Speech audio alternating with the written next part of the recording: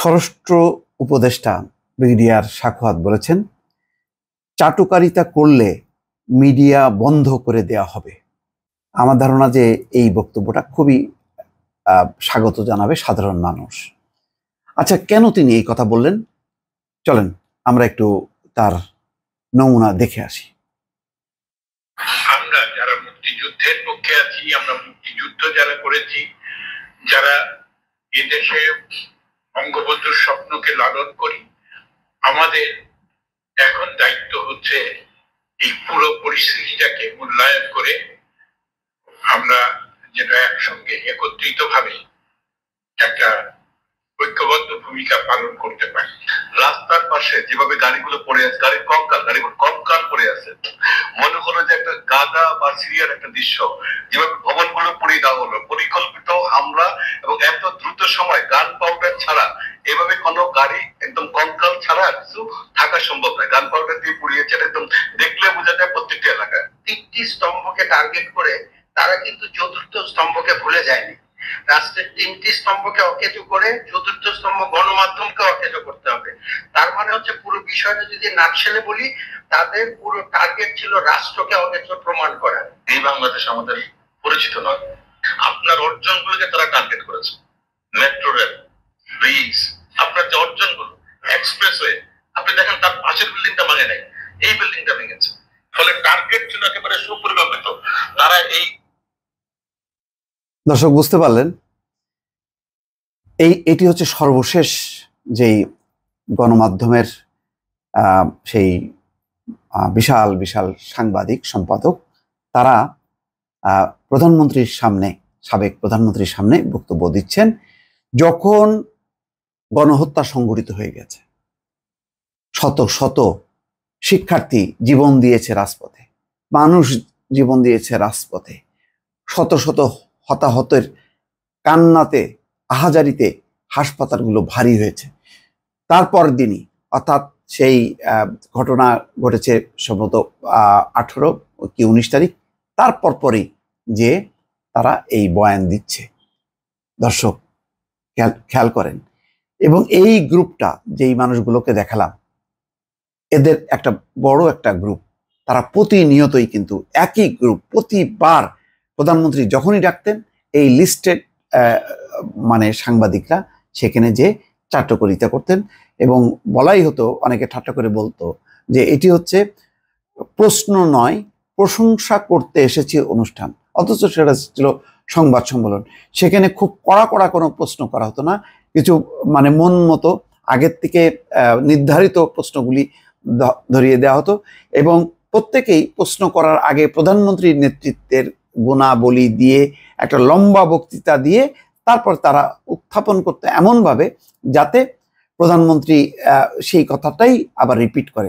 অর্থাৎ প্রধানমন্ত্রী বেকায়দে পড়বে এমন কোনো প্রশ্ন তারা করতো না, এবং মানে প্রাসঙ্গিক কোনো প্রশ্ন থাকতো না, এবং উস্কানিমূলক ছিল। এবং সেই উস্কানিমূলক একটা ছিল, নিশ্চয়ই আপনাদের মনে আছে, যে ধরেন বিসিএস পরীক্ষায় দুজন শেষ প্রান্তে আসলো, একজন হচ্ছে মুক্তিযোদ্ধার সন্তান, আরেকজন হচ্ছে রাজাকারের সন্তান, বা মুক্তিযোদ্ধার নাতিপুতি বা রাজাকারের নাতিপুতি, কাকে মানে সিলেক্ট করবে? নিশ্চয়ই মুক্তিযুদ্ধের।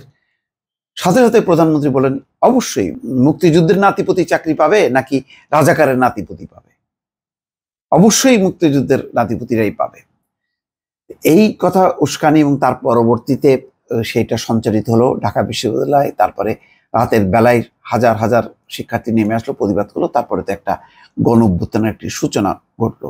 সেই সাংবাদিকরা এই 15 বছরে রীতিমতো আস্থা হারিয়েছে, একদম চরমভাবে। রীতিমতো সাংবাদিক পরিচয় দেওয়াটাই কঠিন ছিল, এবং তারা সাংবাদিক মানে হচ্ছে একটা ঘৃণার পাত্র, এবং অনেকগুলো টেলিভিশনকে তারা রীতিমতো সবসময় ঘৃণা করতো, এবং সেই মনোভাব সেটা প্রকাশ করতো, এবং এটা যথেষ্ট পরিমাণে যুক্তিসঙ্গত। মানে জালিয়াতের নির্বাচন, সরকার গুরুত্বপূর্ণ সময়গুলোতে যখন থাকতো তখন একযোগে তারা ঝাঁপিয়ে পড়তো সরকারের পাশে। আর সারা বছর আবার কিছু সোশ্যাল ইস্যু নিয়ে তারা আবার নার্সিং করতো, ভাব দেখাতো যে তারা সরকারের সমালোচনা করছে, কিন্তু না, মৌলিক জায়গায় অর্থাৎ সরকারের ক্ষমতায় রাখার ব্যাপারে এরা ছিল ঐক্যবদ্ধ, এবং তাদেরকে পরিচালনার ক্ষেত্রে ডিজিএফআই এর যেই মদত এবং পৃষ্ঠপোষকতা এটা মোটামুটি প্রকাশ, এবং তাদের পরিচালনায় এই গণমাধ্যমগুলো মানে পরিচালিত হতো। তো একটা বিশাল গোষ্ঠী, যে গোষ্ঠী আসলে মানুষের আশা আকাঙ্ক্ষাটাকে একদম পরিপূর্ণ হয়নি। আজকে শপথ নেওয়ার পরপরই দেখেন সেই প্রশ্নটা কিন্তু জয় মামুন উত্থাপন করেছে স্বরাষ্ট্র উপদেষ্টার সামনে। দেখেন কি ছিল সেটা। আপনাদের সামনে আপনার কাছে কি মনে হয়? আপনারা একটু জায়গা দেন, এখানে একটু সরেন। এই ইয়ার ওই যে চাটুকারিতার দিন শেষ করে ফেলতে চাই আমরা, বড় দায়িত্ব নিয়েছেন, অনেক কঠিন চ্যালেঞ্জ আপনাদের সামনে। অর্থাৎ চাটুকারিতার দিন আমরা শেষ করতে চাই। আজকে এই কথাটি ওই শপথ অনুষ্ঠানের পরে জয় মামুন ব্রিগেডিয়ার স্বাগতকে যখন বলছে, তখন সে তার পাশে যে লোকজন ছিল তাদেরকে সরাতে গিয়ে এই কথাটি বলেছে। আচ্ছা, সেটা আবার জয় মামুন বলতে যে তাকেও আবার সমালোচনা শিকার। দেখেন একটা জিনিস, ভিন্ন মতের মানুষ থাকবে, সবাই 100% সরকার মানে আওয়ামী লীগ বিরোধী হবে তা কিন্তু না। কিন্তু কিছু কিছু পয়েন্টে, যেমন এই যে ছাত্র আন্দোলনের সমর্থনে যারা অবস্থান নিল, তাদের গায়ে যদি ছাপও থাকে আওয়ামী লীগের, সমস্যা কি? সে তো যে কোনো সরকারের ভালোটা ভালো বলবে, খারাপটা খারাপ বলবে। তা আপনি শুধু মানে মানে সমালোচনা, শুধু প্রশংসা এটা থাকবে কেন? সমালোচনা প্রশংসা দুটোই থাকতে হবে, অর্থাৎ যৌক্তিক অবস্থানটা থাকতে হবে। এটা হচ্ছে সাংবাদিকতা।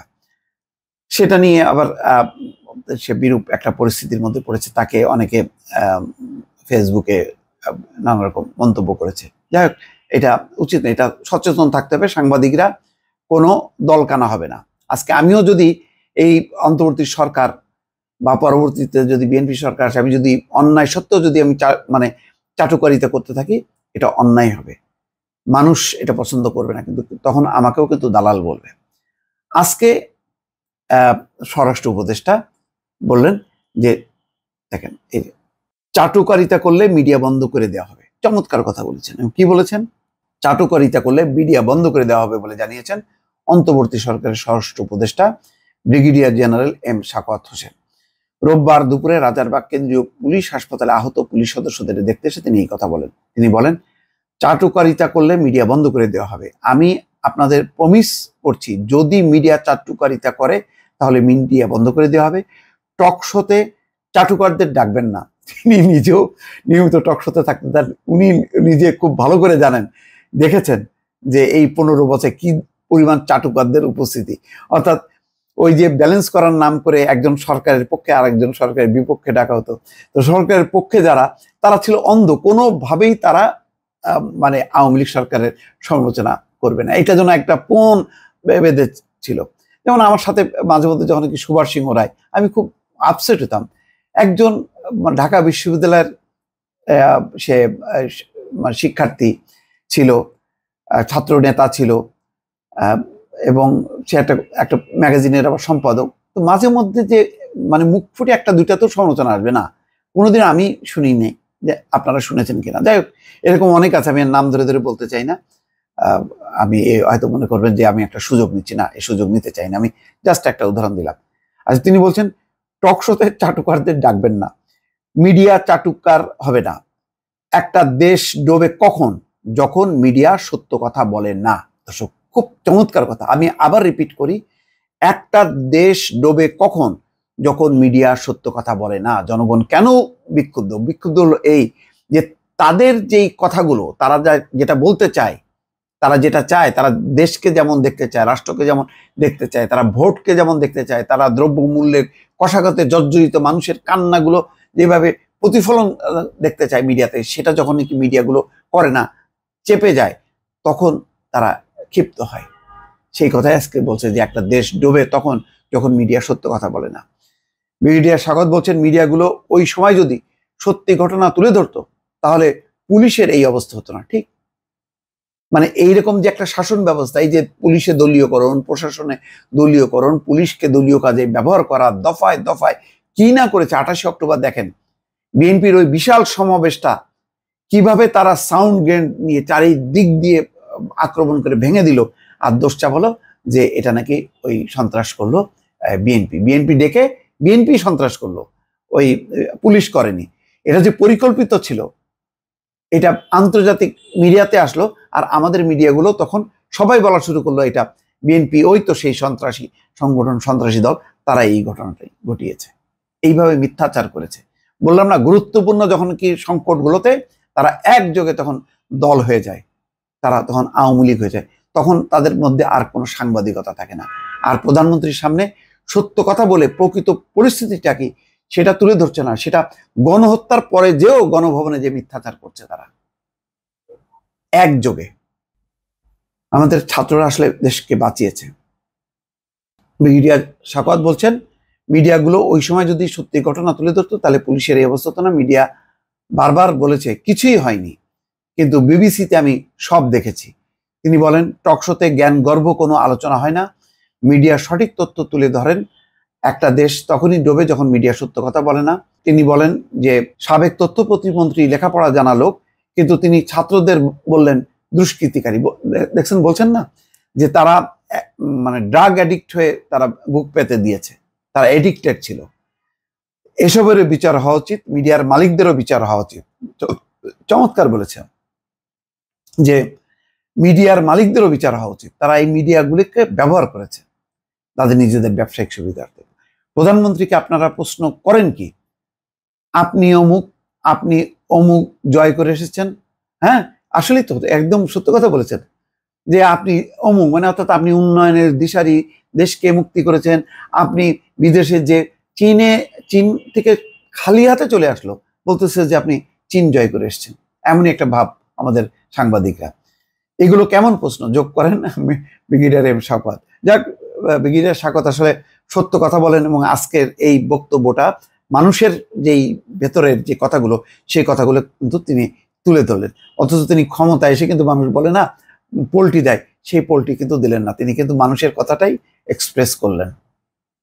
আপনারা বলবেন তিনি তো নির্বাচিত না, নির্বাচিতরা যে কি করেন এই গত 15 বছরে তো মানে তারা দেখালো। দর্শক ভালো থাকবেন, আল্লাহ হাফেজ।